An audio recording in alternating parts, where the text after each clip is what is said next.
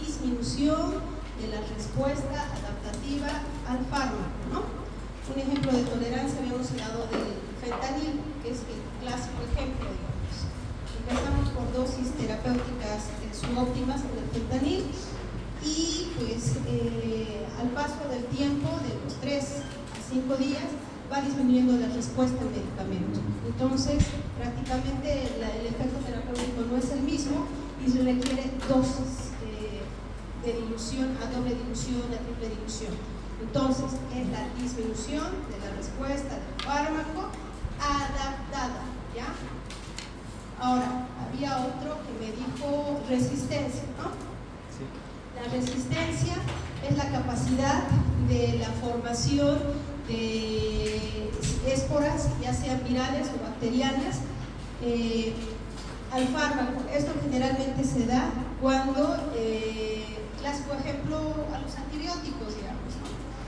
Un paciente, digamos, con piperacillina, tazobactam, más de 14 días de la indicación del empleo del farmacológico, puede generar esta formación de mecanismos de cepas virales o bacterianas, ¿ya? En cambio, la tolerancia, adaptabilidad y el mecanismo de acción de la resistencia a diferencias, la formación de las esporas bacterianas o virales, no es la misma. ¿Alguna duda? Con resistencia con la insulina, digamos, con los pacientes que se administra el medicamento, ¿cómo sería un ejemplo con eso? Pero ahí ya tendría que ver en lo de la insulina, el metabolismo de la gluconeogénesis y de la glucogenólisis, y tendría que haber el efecto del receptor. No es el mismo efecto del receptor, es diferente a la resistencia, por ejemplo, de los antibióticos. ¿Ya? ¿Sí? ¿Se te quedó o no? Sí. Vamos a ver con ejemplos más adelante. Ahora vamos a hablar de un tema más ampuloso, que es el sistema nervioso autónomo. Durante el transcurso de la semana me habían llamado de posponer el tema y todo. Yo no les aconsejo, es un tema muy amplio, y tal vez sería dividirlo en dos, porque les había comentado a sus compañeros, ¿no? Ya que si nos atrasamos, pues no vamos a terminar el temario, y pues los únicos perjudicados también van a ser ustedes, que es lo que no se quiere. Lo que se quiere es terminar tempranamente el tema para las últimas semanas ya hacer un repaso de todo. ¿Ya? A ver.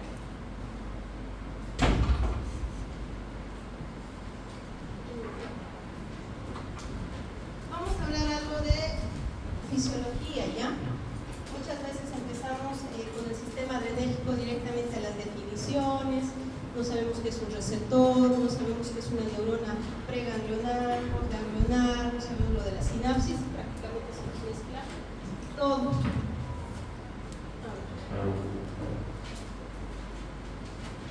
El sistema nervioso central. Las divisiones del sistema nervioso central, ¿alguien sabe? Simpático y parasimpático. Simpático y parasimpático. ¿Qué más? El sistema simpático, ¿cómo se divide? ¿Alguien? El parasimpático.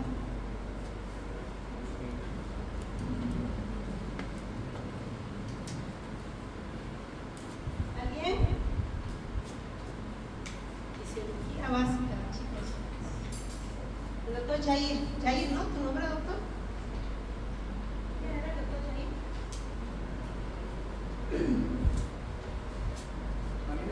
Sí. Es simpático y parasimpático. El simpático, como se le denomina, es el estado de alerta, el cual está guiado por los neurotransmisores que sería la adrenalina y la noradrenalina. ¿Ya? Y el parasimpático se le puede denominar el estado de relajación, el cual como neurotransmisor tiene la acetilcolina. El sistema nervioso somático, otro nombre conocido del sistema nervioso somático autónomo, ¿cómo también se lo conoce?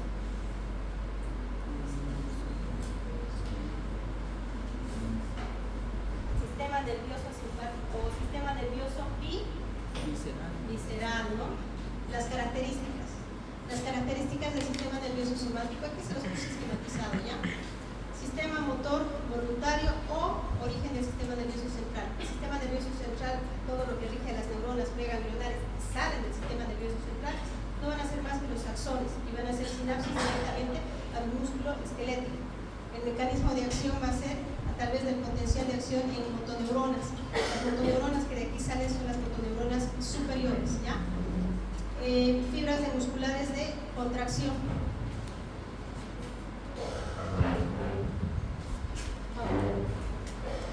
Hablamos mucho de los ganglios, pero no sabemos qué son. Los ganglios se las define como acúmulos de cuerpos neuronales y prolongaciones nerviosas, ¿ya? Uno de los ganglios más comunes, ¿quién me puede mencionar a nivel de lo que es el sistema paravertebral?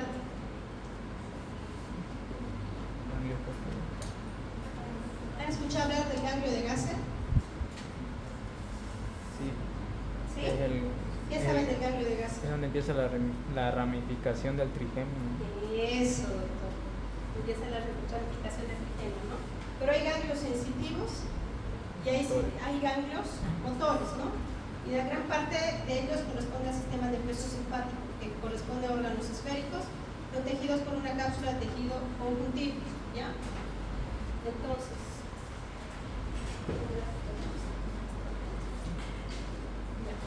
Entonces vamos a dar inicio a los receptores adrenérgicos. Lo vamos a dividir primero. Esta clase va a ser solamente adrenérgicos y la próxima clase vamos a hacer receptores muscarínicos. ¿Listo? Entonces, receptores adrenérgicos. ¿Qué eran los receptores? ¿Se acuerdan la próxima clase? La anterior clase hablamos. Compuestos proteicos intermembranos. Los receptores. Definición de receptores. ¿Se acuerdan? Complejo. ¿Cómo? Complejo de naturaleza proteica.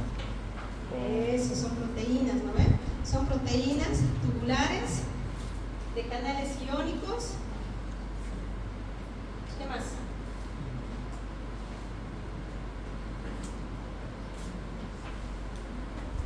¿Qué más? ¿Alguien? Les decía que a mí me gusta, ¿no ven? Quienes participan y todo eso, yo me voy acordando al final de la lista. ¿Nadie? Dale, doctor. Los receptores son agentes químicos orgánicos de naturaleza proteica que tienen dependencia, por así decirlo, de los neurotransmisores para así crear un movimiento en consecuencia. Eso.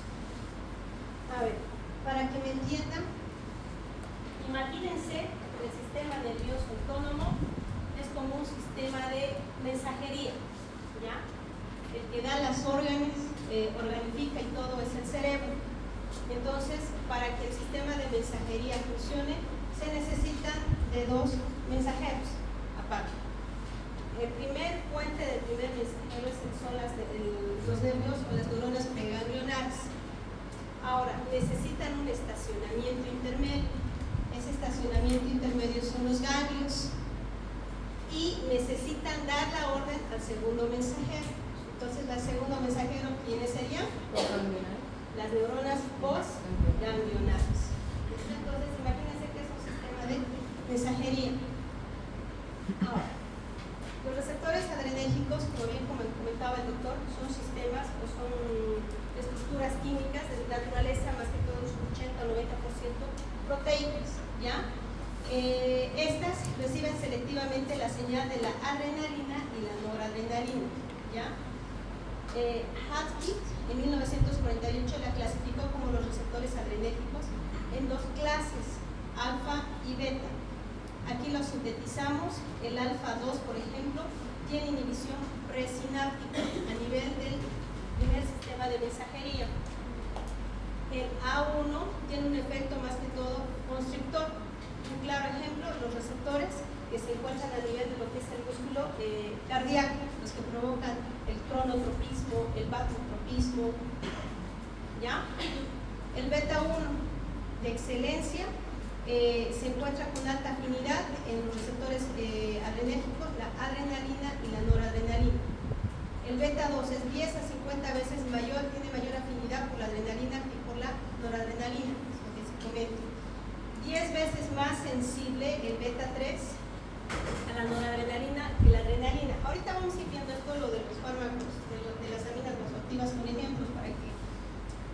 entiendan un poco mejor. Esto es respecto a la teoría y algo de las detalles de las estructuras químicas. Ahora, el sistema nervioso autónomo se caracteriza por ser un sistema involuntario. ¿Por qué llamamos que es un sistema involuntario? ¿Alguien me puede decir? ¿Por qué es involuntario?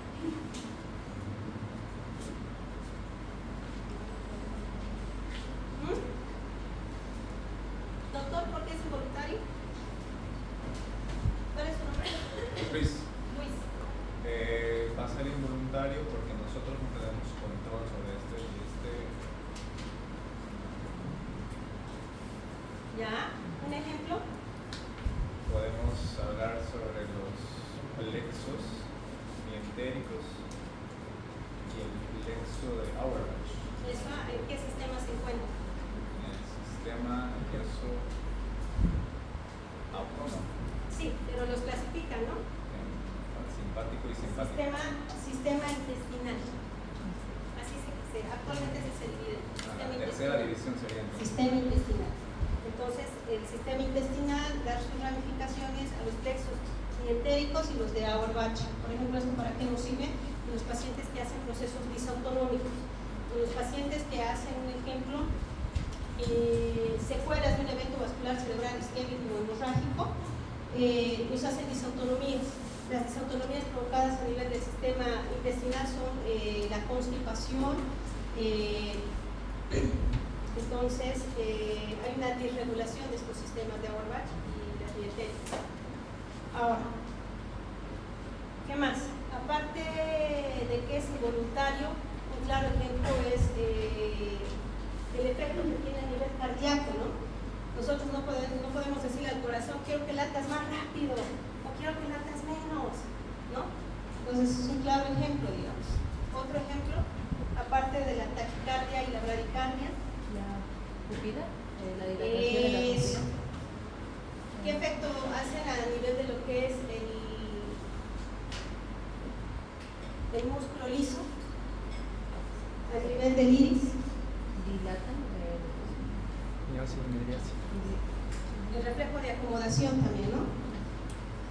Dilatación o midriasis y acomodación. ¿Qué efecto más?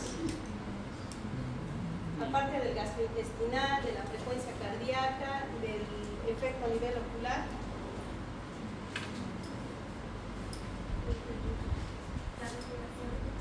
Eso, la respiración también. Ya que nosotros tenemos respiración, ¿por qué? Es algo involuntario, sí, pero si hablamos fisiológicamente, porque a nivel central, a nivel del tronco encefálico, no se olviden que hay áreas muy importantes, ¿no? Una de las áreas muy importantes es el área apneustica, ¿no? El encargado del control de la frecuencia respiratoria y todo eso. Y a nivel de esta área también se encuentran los núcleos. Hay el núcleo ambiguo. El núcleo ambiguo también tiene receptores. Entonces, en este tipo se tienden a lesionarse a nivel de lo que es el núcleo ambiguo y a nivel de lo que es el tronco encefálico. Entonces, también es una forma involuntaria, ¿ya? ¿Qué más? A nivel del músculo liso también, de los vasos sanguíneos, ¿o no? Sí, todas son dilatadas. Sí, ¿verdad? Cuando un paciente, por ejemplo, un paciente viene con choque hipovolémico, ¿cómo esperaríamos que los vasos sanguíneos estén?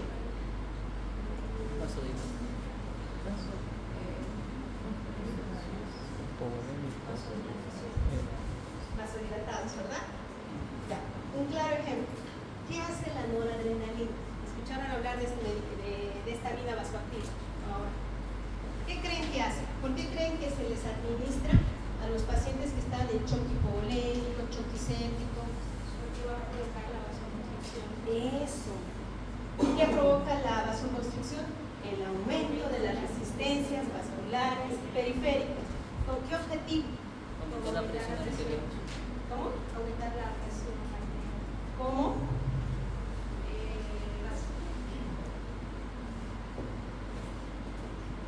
¿Cómo, doctor? Imagino que mediante la constricción del músculo liso de las Si yo pregunto a una persona, tú, no es porque me esté tomando con esa persona. Sé porque esa persona puede explotar más, puede sacar más. Y a medida que ustedes me van a seguir así contestando, yo voy a estar sobre ustedes, pero no, si no es para explotar más, por lo que tienen, ¿ya? ¿Qué más, doctor? Se disminuye el diámetro de las arterias, ¿no? Por eso aumenta la presión arterial. Tiene un efecto bioquímico. Muy bien, doctor. Ahora, no se olviden, habíamos dicho que es un sistema de mensajería, ¿verdad? Aquí el cerebro, imagínense que está el cerebro, emite sus funciones y se llaman preganglionares eferentes porque salen del cerebrito, ¿ya? Eferentes. El primer sistema de mensajería, esta pasa a un sistema intermedio que son los ganglios, y aquí a nivel de los ganglios se produce una sinapsis, ¿no es? En la sinapsis se produce la liberación de los neurotransmisores. Entonces, se produce la sinapsis y se produce una respuesta efectora, que puede ser a nivel de los vasos sanguíneos, puede ser del músculo esquelético, puede ser a nivel incluso de las glándulas, ¿verdad? Perdón, doctora, me tapo mucho. Me dice si me tapo. Ya, o si no, un poquito más de la curiosidad, no dice si les tapo mucho. Ahora, estos términos y conceptos que debemos en teoría saberlos. La neurona adrenérgica, no se olviden, libera adrenalina. Sus receptores tienen mayor selectividad por los receptores de adrenalina, noradrenalina, receptores adrenérgicos. Las neuronas colinérgicas liberan acetilcolina, ¿no ven? Receptores de acetilcolina y receptores colinérgicos. La neurona no colinérgica no es adrenérgica. Esta es pregunta de exámenes. Libera algo diferente de acetilcolina y adrenalina. Toda neurona preganglionar libera acetilcolina. El nombre por eso viene neurona colinérgica, ¿ya? Y las neuronas postganglionares pueden liberar acetilcolina o pueden liberar adrenalina. Esto es más que todo definición, ¿ya? Aquí, sistema nervioso central. El sistema nervioso central debe emitir sus ramificaciones en el tronco o en la región tóraco-lumbar, y de la región tóraco-lumbar que tienen los ganglios presinápticos van a liberar sus ramificaciones, que son los sistemas nerviosos periféricos. Estos sistemas nerviosos periféricos, la función que tienen es sensorial, netamente sensorial. A diferencia que el sistema nervioso central tiene el efecto motor. Esto se controla por el sistema nervioso autónomo, que ya hemos dicho, que se divide en simpático y parasimpático. No se olviden que los ganglios simpáticos se localizan a nivel de lo que es el tronco paravertebral.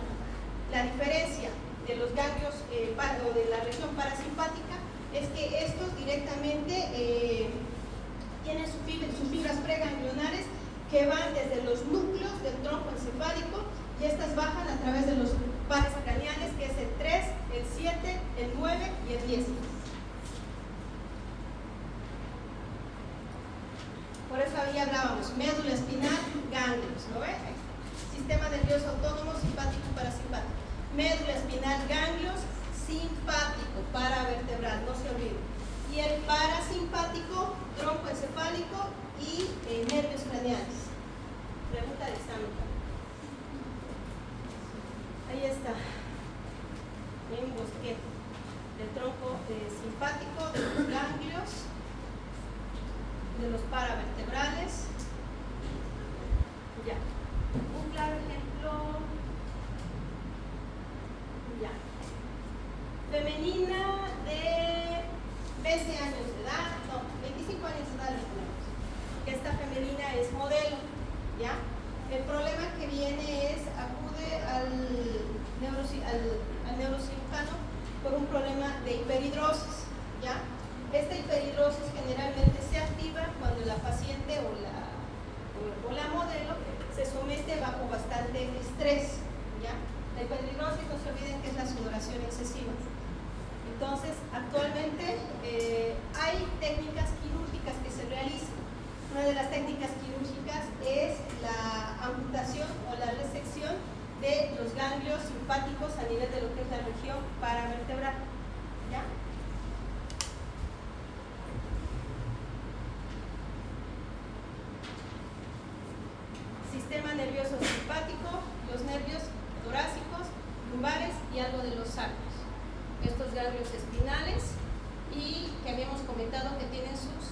ramificaciones terminales, ¿no? El sistema nervioso periférico, que generalmente tienen función sensitiva.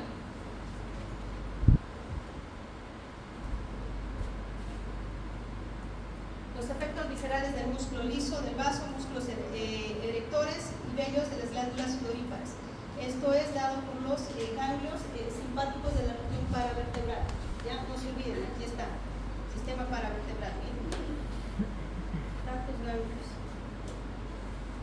Y los prevertebrales, que estas dan origen, sus células efectoras, hacia los órganos. En sí, pues pueden dar al sistema esplático. Otro ejemplo del sistema esplático. Un paciente con choque hipovolémico, un paciente politraumatizado, llega al servicio de urgencias, llega con presiones arteriales de 70-30, tiene a la exploración física, tiene abdomen agudo. Entonces, estos pacientes, pues, se hace la definición de choque hipovolémico por clínica, porque presentan la palidez, presentan un llenado capilar prolongado, presentan cianosis distal, presentan piloerección, también pueden presentar estos pacientes. Y ¿cuál es el mecanismo de defensa que usan estos pacientes a nivel de lo que es el sistema simpático? ¿Quién me puede decir? El paciente está chocado, ¿qué se activa primero en el cuerpo?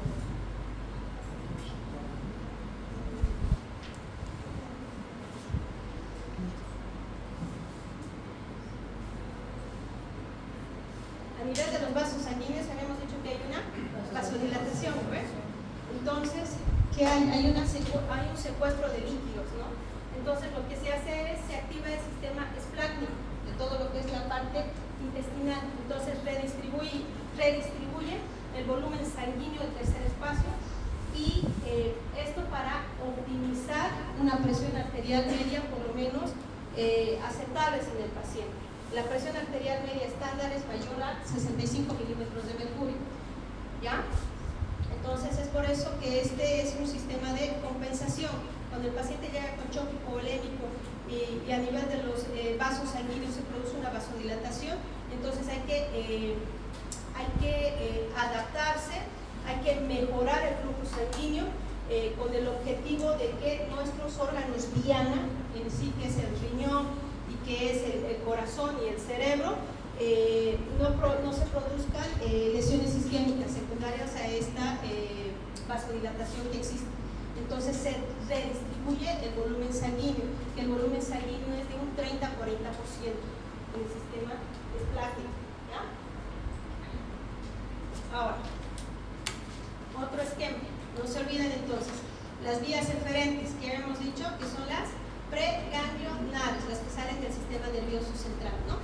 Y postganglionares, simpático, fibras preganglionares que son cortas, toracolumbares y ganglios paravertebrales, ¿se acuerdan, no? De la médula espinal. La diferencia es que las fibras preganglionares aquí están formadas por axones y cuerpos axonales y se caracteriza porque tiene una cubierta más extensa de mielina y la transmisión es más rápida. En cambio, en las postganglionares el recubrimiento de mielina casi es escasa, no es amplia como en las preganglionares.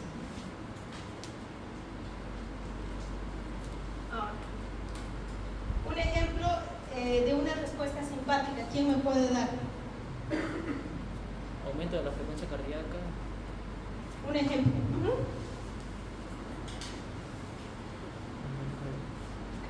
¿En qué situaciones se te aumenta la frecuencia cardíaca? En situaciones de estrés y también de lucha y huida.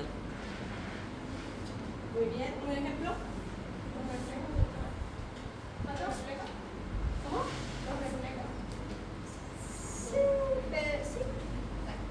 Sí, los reflejos, en especial los reflejos flebostéricos. ¿Qué más? A la hora de dar un examen. Eso, a la hora de dar examen. ¿Qué nos pasa a la hora de dar examen?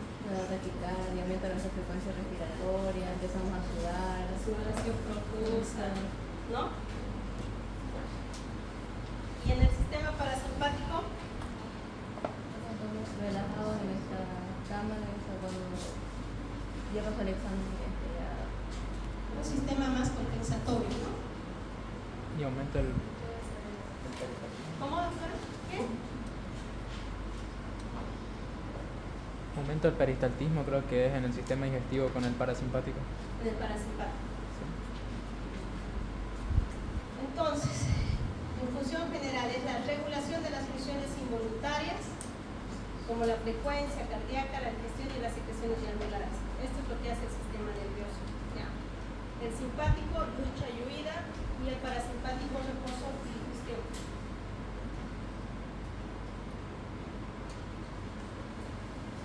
Está formado por el simpático, parasimpático y el intestinal, doctor. En el intestinal, lo que hace un rato te comentaba, solamente está el sistema de Auerbach y el sistema...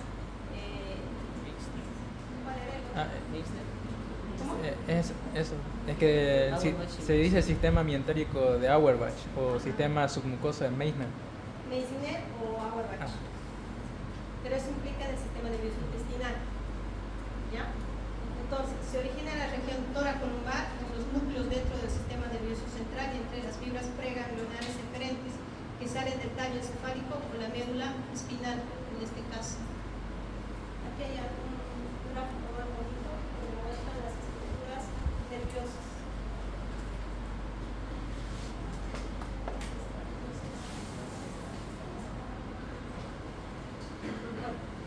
Las estructuras nerviosas, por ejemplo, que salen de aquí del tronco encefálico, la primera, por ejemplo, es el tercer par craneal. El tercer par craneal es responsable incluso cuando hay una lesión a nivel de lo que es el núcleo del tronco encefálico y está inervado por el tercer par craneal, situaciones de compresión va a llevar a lo que es el efecto de la midriasis, ¿ya? Y nosotros, por ejemplo, en la clínica nos damos cuenta cuando un paciente tiene midriasis que probablemente esté haciendo efecto de masa. Que si hace efecto de masa, pues el paciente está haciendo un síndrome de hipertensión intracerebral. ¿Ya? Entonces, para eso nos sirve.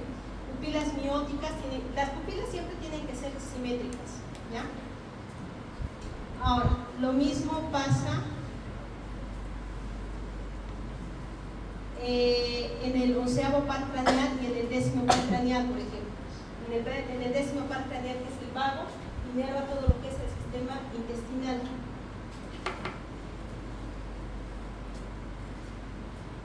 Ya. También es considerado la tercera rama del sistema nervioso autónomo, ¿ya?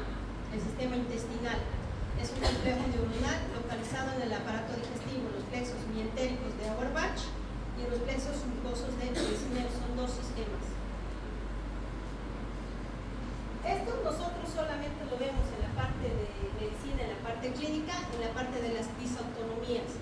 Si el paciente tiene un trauma raquimedular, por ejemplo, el paciente está constipado y todo, entonces asumimos que el paciente está haciendo una lesión a nivel del sistema intestinal. Entonces, en estos pacientes que tienen ya alteración, nosotros vamos a darles laxantes, por ejemplo, ¿ya? Para evitar. Porque si el paciente se mantiene constipado, estos pacientes progresan a una oclusión intestinal. Ya. La transmisión de los impulsos en el sistema nervioso autónomo, en el simpático, por ejemplo, la noradrenalina, que es el sistema adrenérgico, y el parasimpático, la acetilcolina. Ahora, esto. Los neurotransmisores del sistema nervioso simpático. Las principales son a nivel de lo que es la dopamina, la noradrenalina y adrenalina. ¿Esto ustedes ya lo llevaron en fisiología? Sí, ¿verdad? Pero es muy bueno repasar. A nivel de la dopamina, por ejemplo, ¿qué es la dopamina, doctor? La dopamina va a ser un agente químico orgánico endógeno de naturaleza proteica con la principal función de formar parte del conjunto de sustancias encargadas de la sensación de alegría o felicidad. Y si te digo que los inhibidores de captación de serotonina en el sistema ceruleus también hacen lo mismo.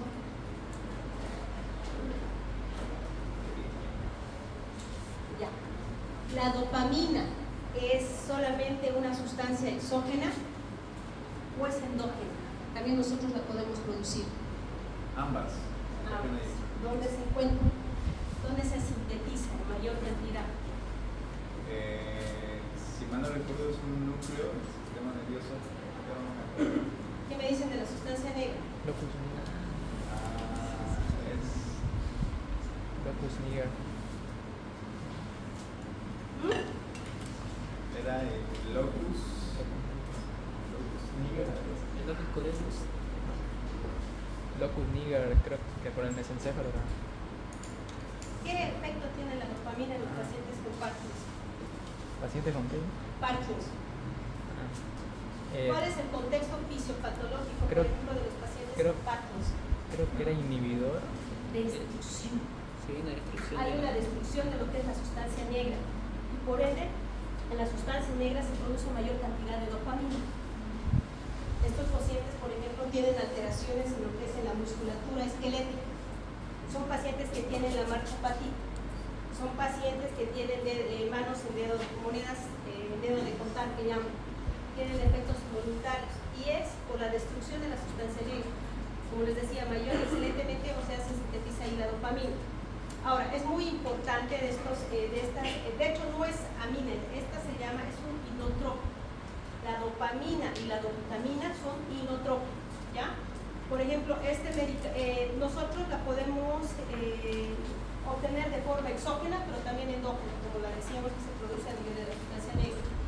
A nivel exógena, cuando la usamos, que actualmente ya no se usa, actualmente, esta sigue un proceso de biotransformación. ¿Se acuerdan que dijimos en la anterior clase que hay fármacos que no se sintetizan y no se absorben y no se distribuyen con facilidad? Entran en un proceso de biotransformación donde necesita el empleo de sustancias enzimáticas para poder reabsorberse, redistribuirse, que se llamaba el proceso de biotransformación. En este caso es el MAO, es la monoaminoxidasa, y es el cometil, es el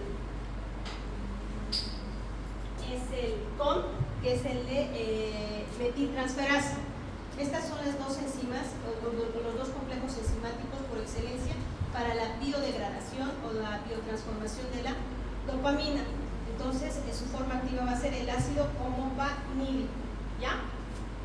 Ahora, la dopamina antes se usaba, pues era lo que más teníamos, digamos, ¿no? en la parte clínica. La primera indicación de la dopamina, por ejemplo, era en los pacientes con shock hipovolémico, administrar para mejorar o incrementar las resistencias vasculares periféricas. Pero se ha visto que este medicamento es muy arritmogénico. Entonces, un paciente que venga con una falla cardíaca o que tenga un bloqueo auriculoventricular de tercer grado, no le vamos a poner la dopamina, ¿ya?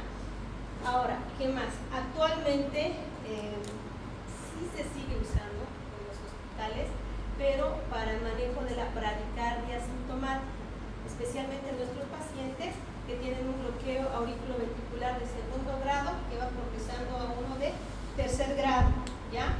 Sabemos que el tratamiento estándar en los bloqueos auriculoventriculares de tercer grado es el marcapaso, ¿verdad? Pero muchos hospitales no contamos con marcapaso porque el marcapaso cuesta un chingo, está alrededor de 20.000 o 25.000 bolivianos y casi todos no cuentan, ¿no? Con ese monto.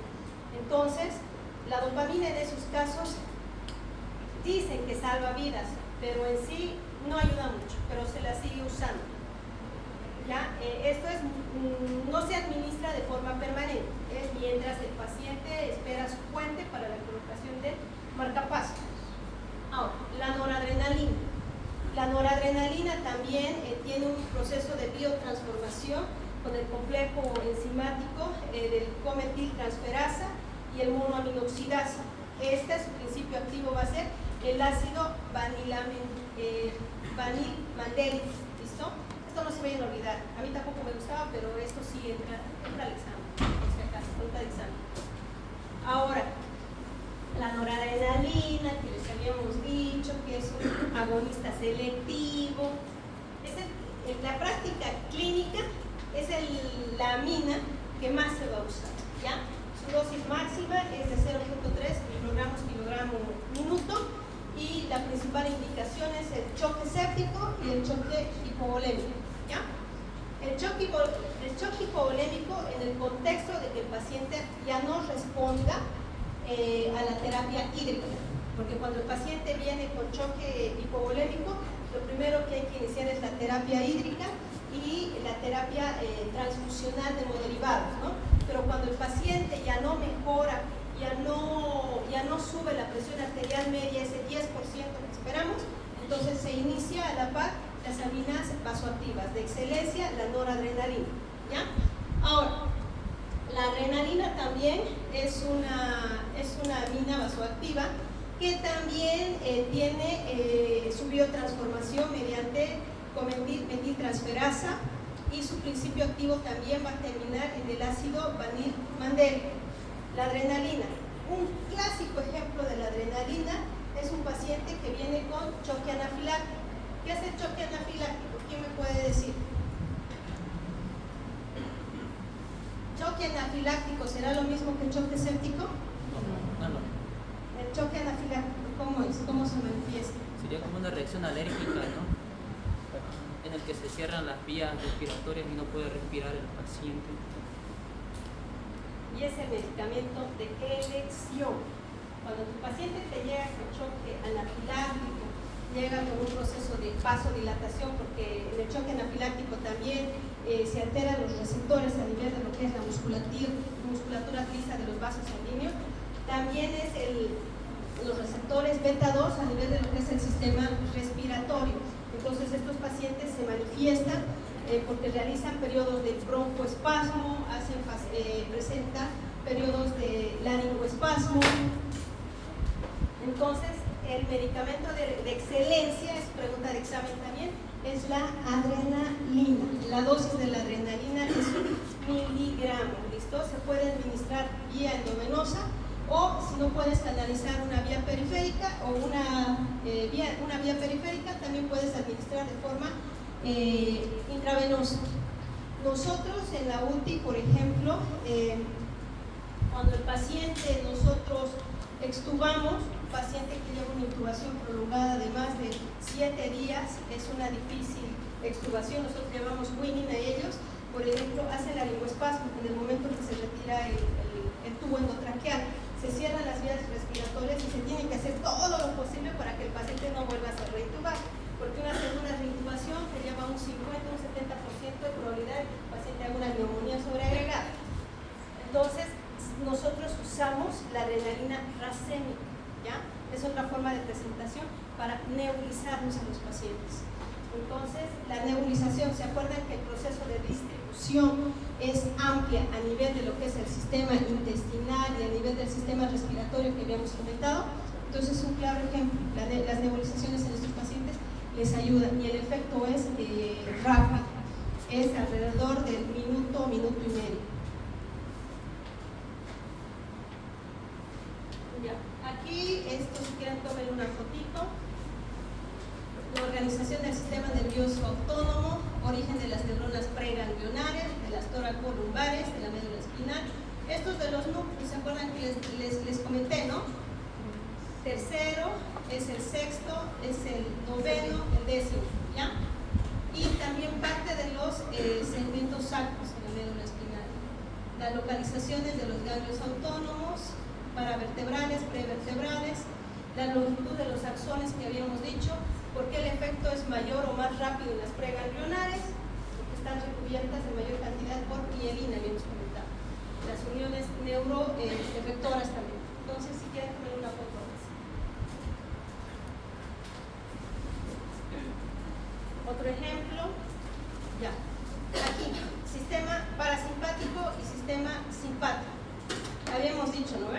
Que a nivel del tronco encefálico se encuentran los núcleos, se encuentran el núcleo ambiguo y el del Western-Pat. Entonces,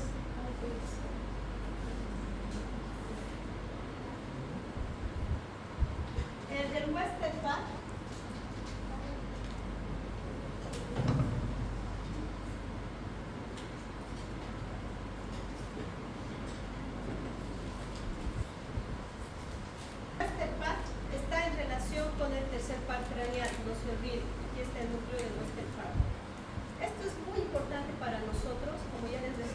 que la mayor parte de los traumatismos craneoencefálicos y todo, cuando son severos, se producen a nivel del tronco encefálico, llegan a provocar infartos en los pacientes. Y como los núcleos están infartados, pues se inhibe todo lo que son las respuestas a nivel de los nervios craneales. Y estos pacientes, por ejemplo, van a provocar lo que es la famosa midriasis, dilatación pupilar.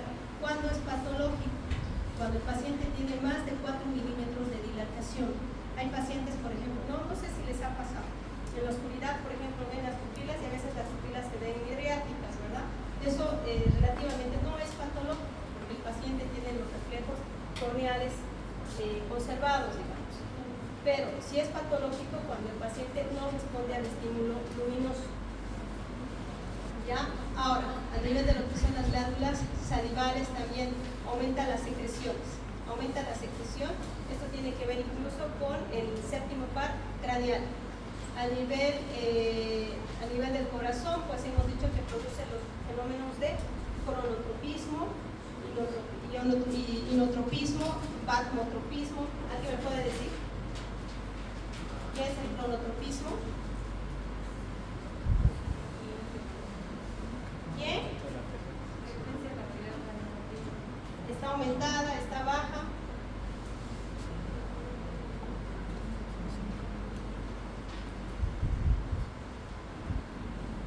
¿Qué es el cronotropismo, jóvenes?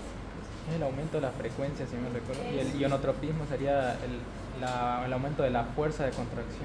¿Y el batmotropismo? Ese es nuestro. ¿Qué es el batmotropismo?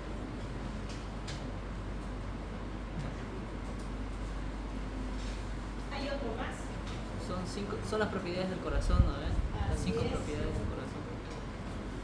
¿Qué es el batmotropismo?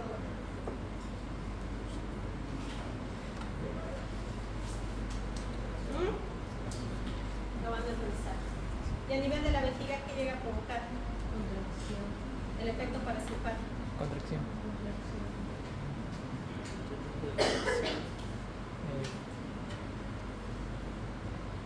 Contracción del esfínter vesical.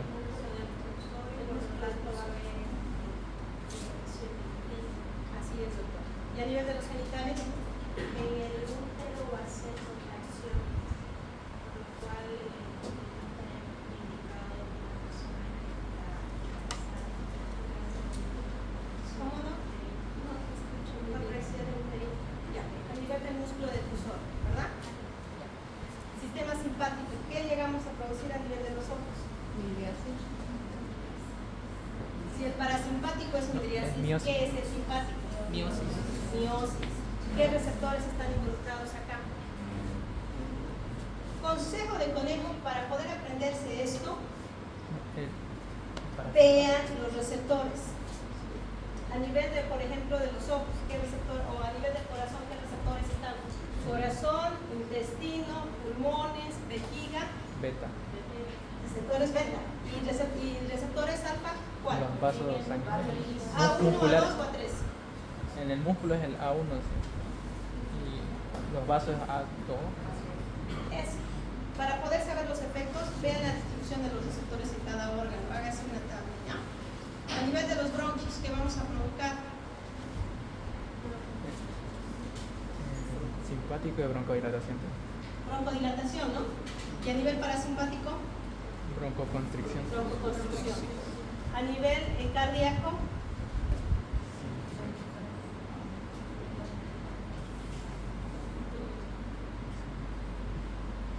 Aumento de la frecuencia cardíaca. ¿y qué va a provocar a nivel de lo que es el sistema de conducción cardíaca? ¿Por qué receptores están determinados? Beta 2. El beta 2.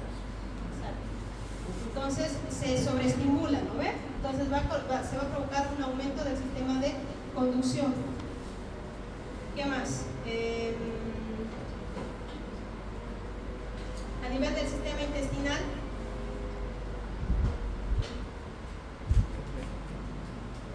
En el simpático va a ser disminución de la imunidad. ¿cómo? En el simpático disminución de la imunidad. Y en el parasimpático, Efecto del cardialismo. y la vejiga, doctora,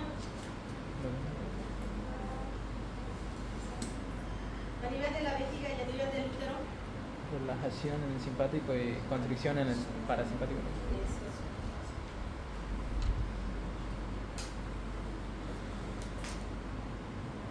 Simpático, preganglionar, puede liberar acetilcolina.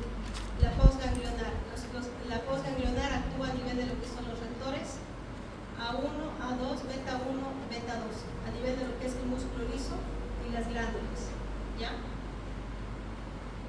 A nivel de lo que son el simpático también puede actuar liberando acetilcolina en las fibras postganglionares a nivel de lo que son los receptores muscarínicos, que esto ya lo vamos a ir viendo en la próxima clase, glándulas sudoríparas.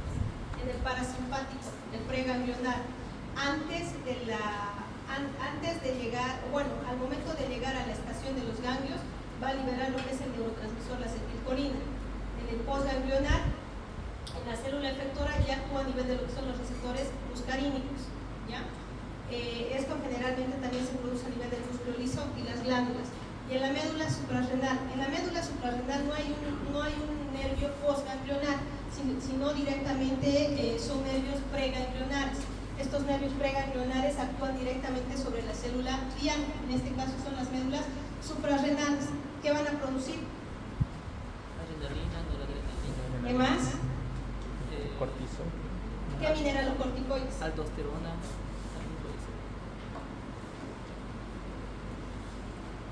¿Qué más? ¿Alguien más da? Cortisol también. Eso.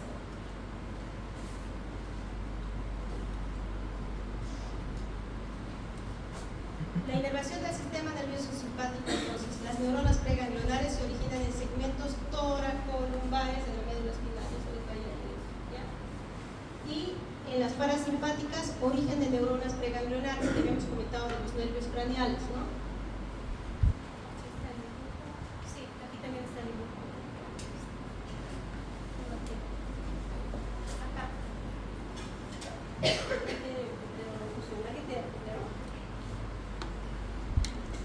Ya. Ahora, sistema nervioso simpático. Mueve al cuerpo, como habíamos dicho ya, para soportar el sistema de huida.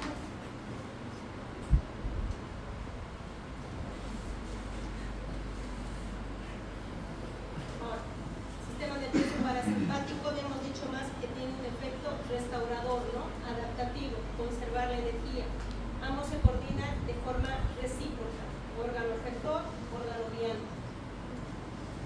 Esta no se olvida. Les voy a pasar mis diapositivas. ¿Ya? Se ve bien. Pero aquí también está bien resumido, ¿ya? Esto por eso lo puse acá. Aquí habla, por ejemplo, específicamente a nivel de lo que es simpático, parasimpático, qué efectos tiene y qué receptores. Este cuadro para mí es uno de los cuadros más completos. Creo que ya habíamos pasado esa parte. Ahora, contracción y relajación. Actúa a nivel también de lo que son las miocinas. A nivel de lo que es el músculo relajado, se dice que las proteínas de actina y miocina se superponen entre sí. Y en la contracción muscular, los miofilamentos están mejor reestructurados y alineados. Ahora, este cuadro me parece muy interesante. Fármacos agonistas asemejan al ligando endógeno. Los fármacos ocupan y activan los receptores de acción igual o similar. Los fármacos antagonistas ocupan y bloquean los receptores no acción, nos comentan, ¿no? Por ejemplo, este es un ejemplo de un receptor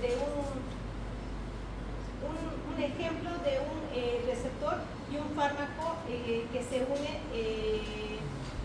de la forma endógena. Este es el receptor y este es el receptor, este es el fármaco y esta es la unión ligando-receptor. ¿Listo? Esta al unirse va a provocar un efecto. El agonista, la diferencia es que el fármaco se une al receptor y de forma similar al ligando endógeno ocupa los mismos sitios de activación y también va a provocar un efecto, ¿ya? Una respuesta. El antagonista, la diferencia es que se va a unir a los mismos sitios del los receptores agonistas, pero bloquean, y al bloquear el efecto o el fármaco antagonista, prácticamente no se va a provocar, no se va a producir la respuesta esperada, no va a haber efecto.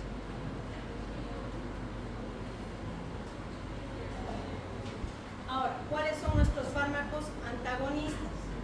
Estos son nuestros fármacos antagonistas.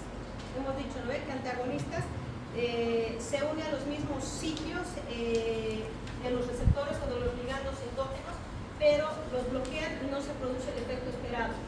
El clásico ejemplo, por ejemplo, de la toxina botulínica, que va a bloquear la liberación de acetilcolina y va a provocar una parálisis. ¿Listo? Ahora, el curarén, que esto generalmente es lo que es la intoxicación o las complicaciones por animales ponzoñosos. Compite con la acetilcolina por los receptores de la placa motora. Reduce la placa terminal y las dosis altas nos pueden provocar la muerte. ¿Por qué van a provocar la muerte? Porque van a provocar una vasoconstricción generalizada. La neostigmina, que es el fármaco, inhibe la acetilcolinesterasa. Un ejemplo de neostigmina, ¿quién me puede dar? Un caso clínico.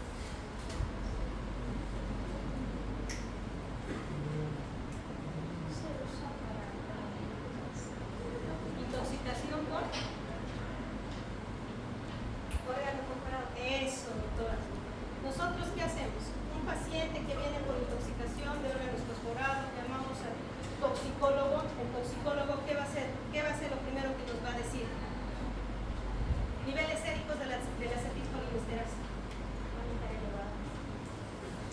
Entonces, según los niveles séricos de la acetilcolinesterasa, nosotros vamos a determinar qué grado de intoxicación tiene el paciente. ¿Listo? Ahora, el veneno de la viuda negra, la atropina. ¿La atropina en qué caso se da? La atropina es el antídoto de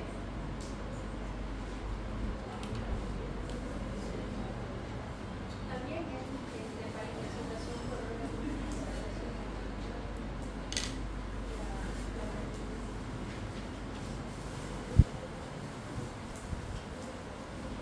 No, me estás confundiendo, doctor. Hay dos. Uno es el síndrome simpático-mimético y el otro es el síndrome colinérgico, ¿no ve? El síndrome simpático-mimético, ¿por qué se caracteriza?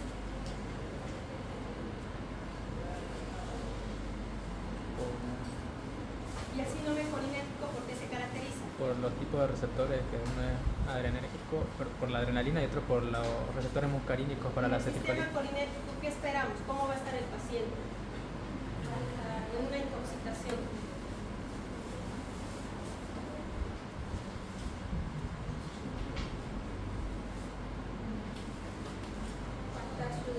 ¿Cómo actúa a nivel de lo que es el sistema pulmonar? Le va a pasar a contar con una broncoconstricción. ¿Qué más?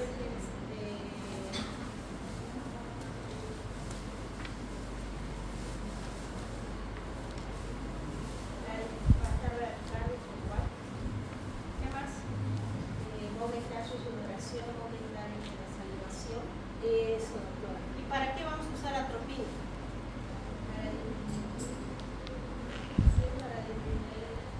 ¿Qué va a hacer la atropina? La atropina es el agonista de excelencia, ¿no ve? Entonces, en este caso, nosotros decimos, vamos a secar al paciente.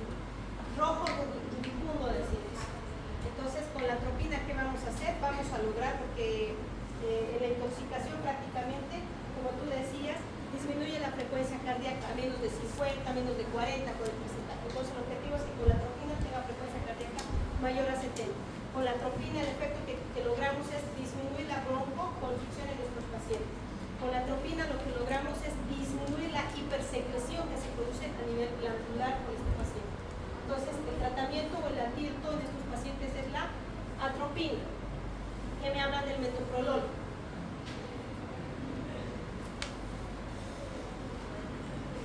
El metoprolol no hay aquí, como digo, pero es un bloqueante cardioselectivo que se usa en los casos de taquicardia supraventricular. En los casos de taquicardia supraventricular puede dar con el objetivo, por ejemplo, de disminuir el consumo metabólico de oxígeno. Se dice, ¿no? Cuando nuestros pacientes con falla cardíaca presentan o tienen arritmia cardíaca con una frecuencia mayor a 120 a 130 latidos por minuto, disminuyen el consumo metabólico y predisponemos a mayor riesgo de que este paciente presente un síndrome isquémico coronario, ¿no? Entonces, con el metoprolol, que prácticamente es un cardioprotector, le llamamos, va a disminuir la frecuencia cardíaca por el efecto cardioselectivo que tiene y por ende pues, va a disminuir el riesgo de complicación de que haga un síndrome isquémico coronario. Ahora, clasificación de los receptores. Los receptores adrenérgicos entonces se clasifican en alfa 1, alfa 2, beta 1, beta 2, ¿no ven? Entonces la adrenalina, que habíamos dicho que la biotransformación, ¿dónde se realiza?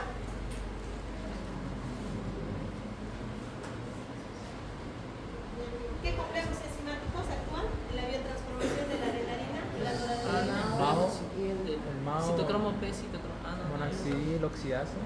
Bueno, El COM y el MAO. El COM y el MAO, ¿no?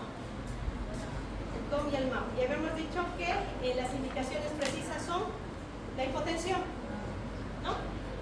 La hipotensión, el choque séptico.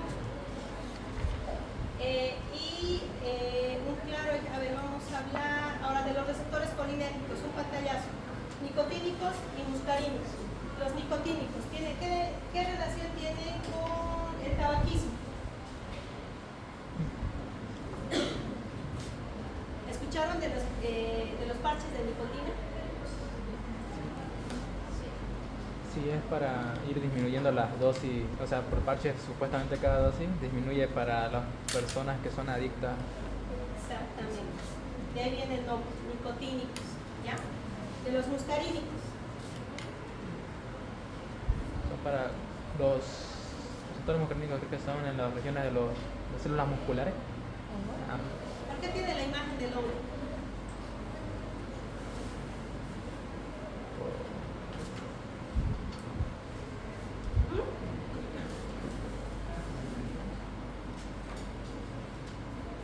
¿Saben algo del hongo amanitas? El hongo amanitas es un alucinógeno. Allá en México lo usan para los viajes prolongados para pasarse al otro lado. Eso lo hacen generalmente allá en un lugar que se llama Michoacán y allá hay un lugar que se llama Tampico.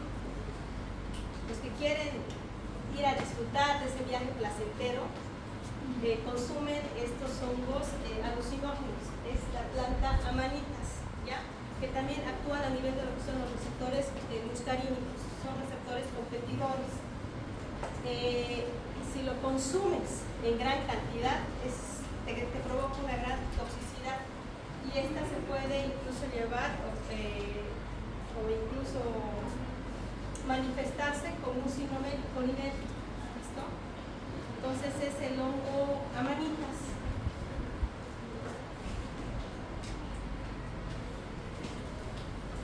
Muy importante, no confundir receptores alfa, beta, nicotínicos y muscarínicos con los subliminales alfa, beta y gamma. ¿Sí? Es una cosa los receptores y otra cosa son las subunidades. ¿Ya? Por ejemplo, aquí en las subunidades hay una internalización. Un claro ejemplo. Un paciente con síndrome convulsivo que provoca un estatus epiléptico suprarrefractario. Los estatus epilépticos suprarrefractarios son aquellas crisis que se prolongan más de 24 horas, es decir, que más de 24 horas el paciente continúa convulsionando. Se supone que cuando hay eso, tú administras sedantes para coadyuvar, para yugular las crisis. Muchos de estos sedantes no actúan sobre esos receptores, directamente actúan sobre las subunidades, alfa, beta y las gamma, las internalizan. Por eso es que cuando hablamos, por ejemplo, de fármacos anticonvulsivantes, no vamos a hablar que sea un receptor, no, hay una internalización de las subunidades, ¿ya? Por eso es que se refiere a eso, no es lo mismo de los receptores que subunidades. ¿Ya?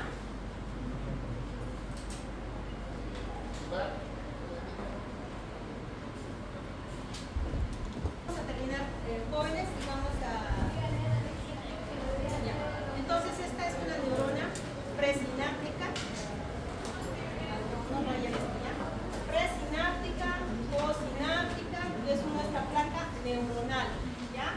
La mayor parte de los estímulos se metabolizan a nivel de lo que es el aspecto mitocondrial. Estas liberan sus sustancias, muchas de las sustancias liberan a través de los pinocitos que llamamos, y se unen hacia los receptores. En los receptores van a provocar la respuesta esperada o el efecto terapéutico. Vamos a suspender la clase, jóvenes, porque creo que hubo una confusión en los aulas.